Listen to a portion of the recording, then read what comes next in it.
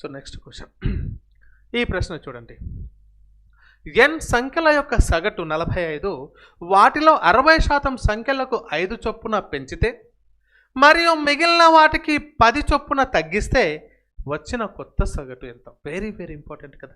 చూడండి ఒకసారి ఏం చేయాలంటే, n సంఖ్యలు, అది ఎన్ని సంఖ్యలు ఉన్న తర్వాత విషయం, అది సగటు 45 అన్నాడు.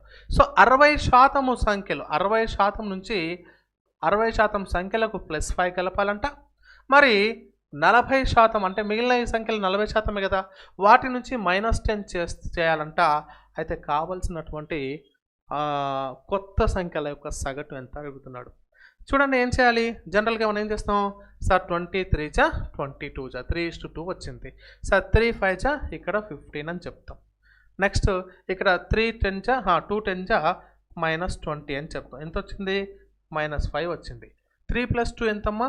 5 చేస్తే ఎంత వస్తుంది? -1 తగ్గుతుంది.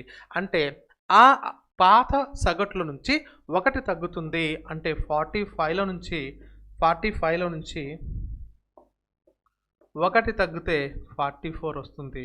So 4th option is right answer my dear teachers.